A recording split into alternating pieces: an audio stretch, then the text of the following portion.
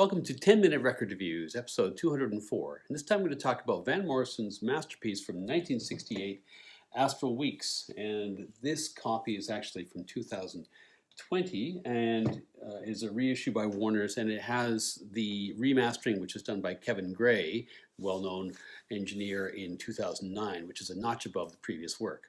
It's a series of songs written over a multi-year period by a young man growing up in a difficult place in Northern Ireland, first of all, and then through a fairly tumultuous period of early international fame with his group Them. But it's not obviously autobiographical, and Van Morrison himself has said that these songs are actually kind of a composite or a pastiche of different things he observed and people he knew and so on.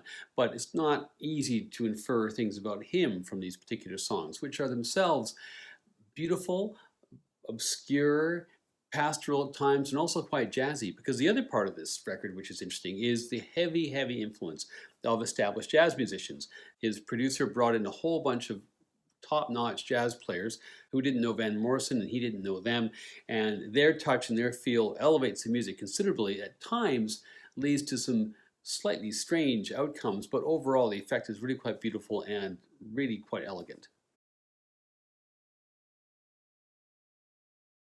Van Morrison, whose real name is Ivan Morrison, was born in August 1945, just after the Second World War, in Belfast, Northern Ireland. His dad was an avid music collector and spent some time in Detroit in the early 1950s, bringing home a huge number of American gospel, soul, R&B, country, rockabilly, and other kinds of records. And so for a kid in Northern Ireland, growing up in the 50s, Van Morrison is unusually steeped in all these rich musical influences. He picked up the guitar while he was still a preteen. He then hears Jimmy Jeffrey play on The Train of the River and decides to switch to saxophone. And as a sax, guitar, and harmonica player, he plays in a variety of groups in and around Belfast in the late 1950s and early 1960s, including an early version of a group which would go on to be known as the Monarchs. When he was 17, Van Morrison went with the Monarchs on what was then a pretty big tour through the British Isles, but also into Germany. That band splits up pretty quickly, and Van Morrison ends up in the early part of 1964 back in Belfast. He gets a gig to sing R&B tunes at a hotel, but he doesn't have a backing band, so he reaches out to a bunch of guys he knew from East Belfast. Instant chemistry between them, and they quickly form what became known as the band Them. Their better-known singles include Here Comes the Night, Baby Please Don't Go, and of course the B-side to Baby Please Don't Go is Gloria, which is, again, only a B-side, doesn't really do much in the charts, but then gets picked up by Jimi Hendrix and the Doors and others and becomes a bit of a cult favorite in the rock world. Speaking of the Doors, when Them toured the United States in the spring of 1966 on the strength of some of their singles, they ended up doing a 2-week stand at the Whiskey A Go-Go in LA with the Doors as the opening act. After that tour, Them splits up and Van Morrison goes solo. Their producer, Burt Burns, had his own record company called Bang Records, based out of New York, and he gets hold of Morrison. Van goes to New York in 1967, spends a day in the recording studio with Burns, and out of those sessions comes the album Blow in Your Mind, which Van Morrison had not approved in advance, had not approved the track list.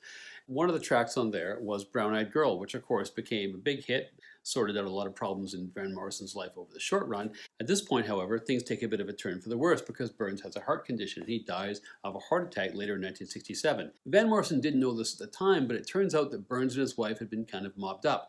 And no sooner is he in the ground, there's a pretty severe contract dispute between Van Morrison and Burns' widow. It gets kind of ugly, and at one point in early 1968, Van Morrison is actually prevented from either recording or performing in the New York area, ostensibly for legal reasons, but let's just say there were some persuasive aspects of this as well. He's also being threatened with deportation, and Burns' widow is actively trying to get him kicked out of the country. He's saved when his girlfriend, Janet Rigsby, otherwise known as Janet Planet, agrees to marry him to keep him in the country. To take the heat off further, Van and Janet then get out of town and head to Cambridge, Massachusetts. And here in the Boston area, Van Morrison starts to reinvent himself. First of all, he picks up with a guy called Tom Kilbania, who played the stand-up bass. Van Morrison really began to like the acoustic sound and the freedom that he felt not playing with electric musicians but playing with acoustic instruments. There's a guy called John Payne who shows up, who's a flute player. He auditions, they like him, and they become a bit of a trio. So in this 3 or 4 month period, he's reinvented himself essentially as kind of a folky coffee house artist. And this more promising sequence of events is bolstered by Warner Brothers, who show up on the scene wanting to buy out his contract with Bang Records.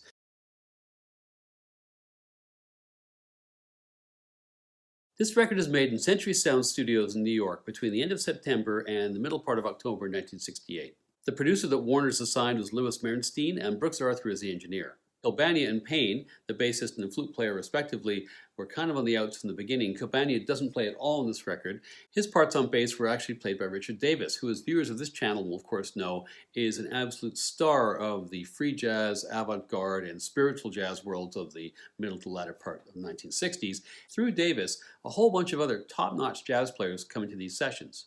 These include Jay Berliner on guitar, Warren Smith on vibes, and Connie Kay on drums. There's a few other folks who also contribute. Larry Fallon arranges the strings and also conducts them, and there's a guy called Barry Kornfeld who sits in on guitar in one of the tracks.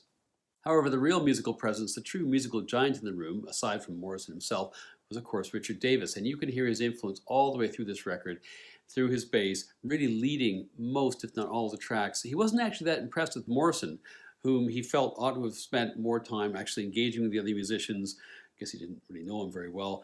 For his part, Van Morrison was basically in awe of these guys, as he related later, and his lack of engagement was probably due to shyness. He basically said, "What choice did I have? I was broke. The record company took a gamble. I basically had to just come in and do my bit. It was just survival." The third member of the trio, John Payne, was also supposed to be sidelined by the producer. He came to the sessions on the first day, listened to someone else play his parts, and then when Astral Weeks was about to be recorded, he basically pleaded to be able to play flute as opposed to the session guy. That recording went well. The session guy was never invited back, and Payne ends up playing in all the subsequent sessions for this record. Side 1, or as it's styled on this record, Part 1, The Beginning, begins with the title track, Astral Weeks. Like a lot of great art, this song really benefits from contrast, in particular the contrast between Van Morrison's unique but pretty croaky voice and the lovely lilt of the music in general. Although to give Van Morrison his due, he really is capable of pretty much every vocal texture there is out there, and he is a master of dynamics and tone, and he gives us almost all that through this really remarkable song. Beside You begins with this lovely guitar intro by Berliner. This is a really ethereal sounding kind of a track. Sweet Thing follows, which is one of the most Van Morrison-y of all Van Morrison love songs, and that he's never really content just to sing to his beloved. He always is situating the love affair in the world, in the surroundings, and in his own mind. He paints a really kind of comprehensive, almost three-dimensional picture. The side concludes with a lovely song called Cypress Avenue, which sounds as though it might be autobiographical, but apparently all these characters are fictional. Side 2, or Part 2 afterwards, starts with The Way Young Lovers Do. And this track is the one which kind of stands out, not necessarily for ill, but there are some things in here that don't work as well as they might. It's a much sort of traditionally jazzier, sort of hard bop-ish almost kind of feel to this. And there's also a horn section which comes in, which gives it at times an increasingly sort of Tom Jones vibe. Madame George is next, and this I think is the crown jewel of the record, my favorite track. Once again, beyond the vocal performance, the real star here is Davis. His bass lines really stand out. They're as impactful, frankly, as Herbie Flowers are on Walk on the Wild Side. Ballerina is the second last song, which is the oldest composition on the record, and it's probably about Janet, whom he was just starting to see at the time he wrote this song. The final track is Slim Slow Slider, and they took quite a while in the studio to figure out which track to actually end the record on. Eventually they select this one, and eventually the instrumentation gets pared down to Payne's soprano saxophone, Davis's bass, and Van Morrison's guitar. It's a short little track, but apparently there was a much longer instrumental coda where they got very jazzy and really kind of out there. That got edited out. It was about 3 to 5 minutes long. You can hear the very beginnings of that freak out just as the fade is happening at the end of the track. The first thing to say in summing up this record is that it is a treat for the ears. The recording is excellent. The mastering is excellent. The musicians, needless to say, are excellent. Lyrically speaking, it's beautiful and poetic, but it's also kind of fascinating in terms of his own biography, because this is a record made by really a young man. He just turned 23 when he went to the studio to make this record, but in some ways he's lived a real lifetime, because he's had the rise and fall of not quite global and certainly American and British success with them.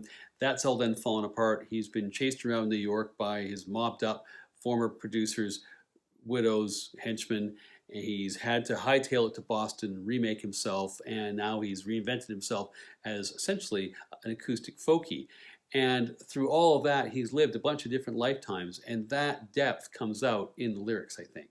So he's in a great space musically. He's paired with virtuoso jazz musicians who are really beyond his own reach at the time. The effect of them working together is fantastic. It's really an album that you need to listen to all the way through, one of those. It's a piece of art, and I would give it 5 out of 5.